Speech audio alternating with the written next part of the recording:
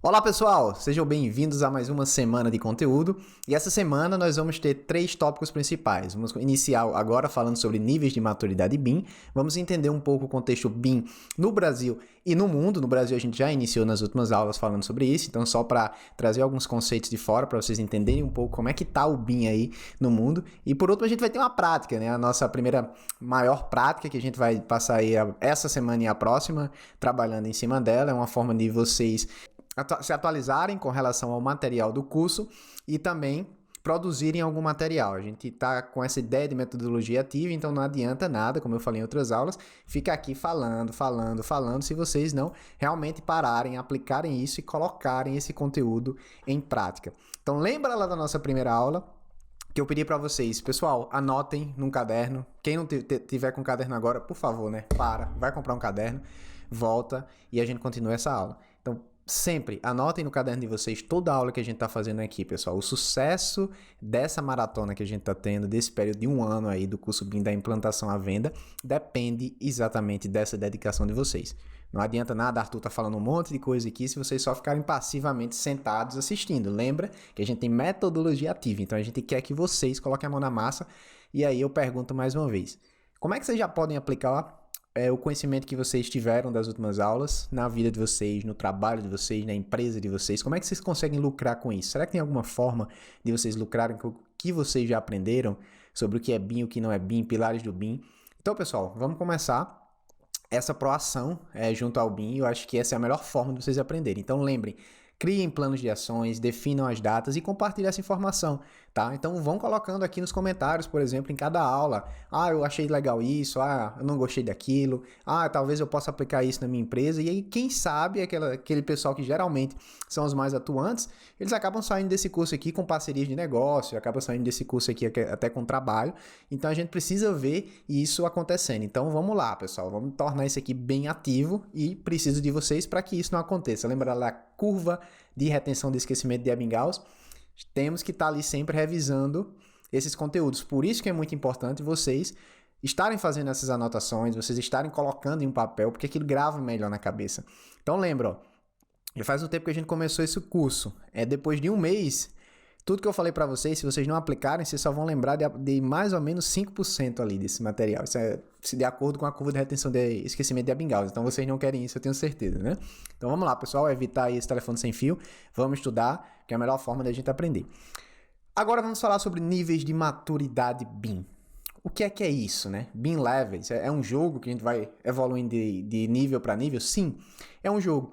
E esse jogo, ele basicamente foi bem definido pelo governo britânico através do seu incentivo para a adoção BIM, que basicamente dividiu o BIM em 3 ou 4 levels, como a gente pode ver. Então eu vou compartilhar um pouco com vocês aqui um desses levels, né, que é exatamente os níveis de maturidade BIM através de um mapa mental, que é outra forma de a gente conseguir assimilar conteúdo de uma forma mais interessante. Então aqui nesse mapa mental, vamos iniciar com essa introdução, né? Que a gente fala, como eu mencionei para vocês, o governo britânico ele entende que a mudança da indústria da construção para um processo completamente colaborativo será feita de forma progressiva, ou seja, com etapas bem definidas em forma de levels. Então a gente pode ouvir falar aí BIM levels, né? Ou níveis de maturidade BIM, são 2 formas de a gente poder definir isso. E ainda existe um debate sobre a real definição de cada nível, mas a gente pode entender da seguinte forma. Então vamos entender isso. BIM nível 0. O que é o BIM nível 0, pessoal? É o que a grande maioria de vocês estão, é o que a grande maioria do Brasil e a grande maioria do mundo está ainda, que é exatamente aquele processo pré-BIM, ou seja, é o processo que a gente ainda está trabalhando sem colaboração, nós ainda trabalhamos com foco em CAD 2D, e com foco na produção da documentação. A gente não cria desenhos pensando na estrutura como um todo, pensando em análises daquele modelo, até porque a gente não tem um modelo, a gente só usa as nossas ferramentas como AutoCAD, como MicroStation, para poder produzir os desenhos 2D e entregar, que é o que o pessoal precisa para construir, aprovação em prefeitura, coisas desse tipo, tá? Então, esse é o nível 0. Quando a gente fala de BIM nível 1, a gente já muda, tá? É o primeiro passo ali para o trabalho conceitual em CAD 3D, que pode ser incluído Revit, por exemplo, ArchiCAD. Lembra lá que eu falei BIM versus CAD? O BIM o Revit versus CAD. O Revit, ele pode ser entendido como um CAD, tá? É um Computer Aided Design, é um software de auxílio à engenharia.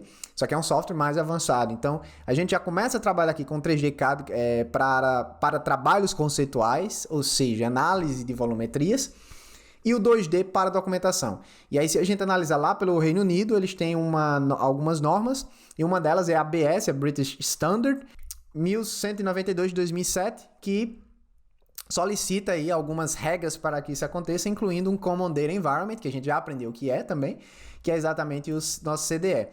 E aí, abrindo mais isso aqui um pouco, a gente vai ter alguns requisitos aqui, de acordo com o Scottish Futures Trust, para que aconteça um BIM nível 1. O que é que precisa para que aconteça um BIM nível 1? Papéis e responsabilidades devem ser acordados, conversões de nomenclatura devem ser adotadas, ou seja, como é que a gente renomeia nossos arquivos?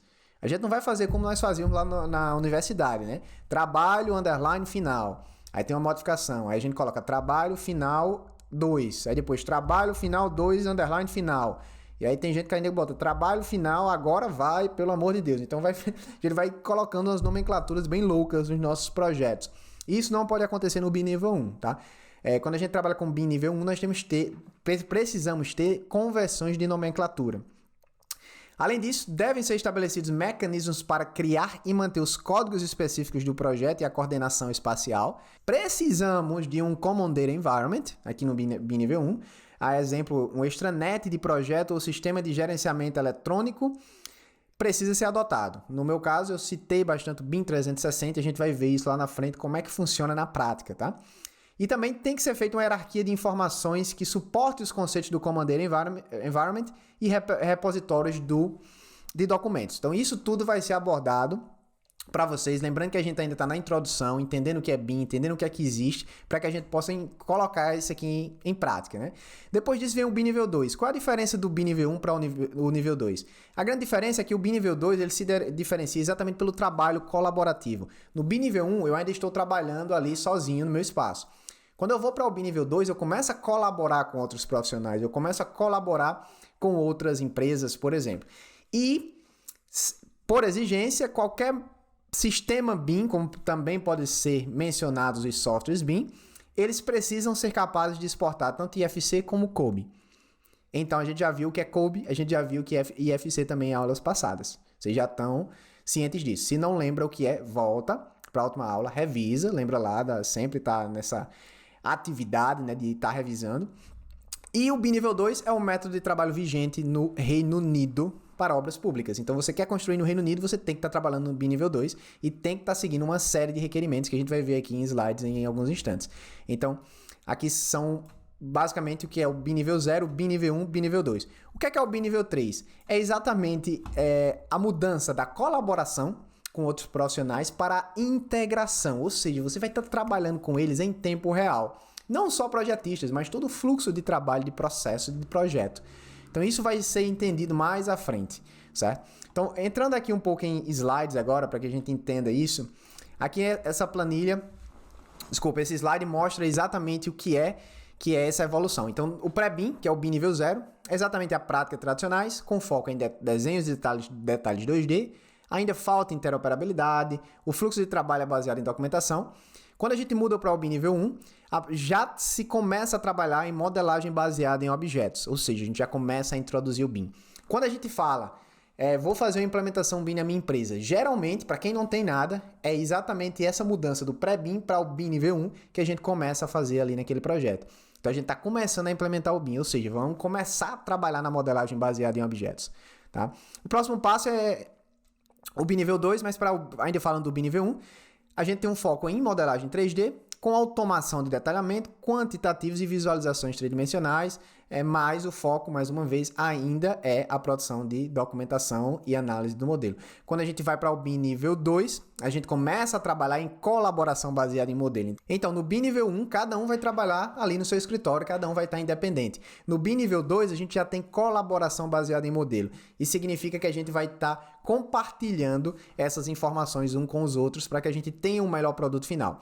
E aí, com isso, a gente vai ter um melhor uso do 4D. A gente pode fazer algumas análises como detecção de conflitos entre disciplinas. Então, o Clash Detection. A gente já pode fazer análises, né, de planejamento de obra com 4D, que tudo isso vocês já viram também em aulas passadas, o que é BIM 3D, 4D, 5D, 6D, 7D e até 8D. Tá? O BIM nível 3 ele exatamente muda para a prática integrada. É um modelo multidimensional que envolve análises complexas em etapas iniciais, e aí envolve sustentabilidade, custo, processo Lean, comunicação sincronizada, colaboração através de servidor e muito mais.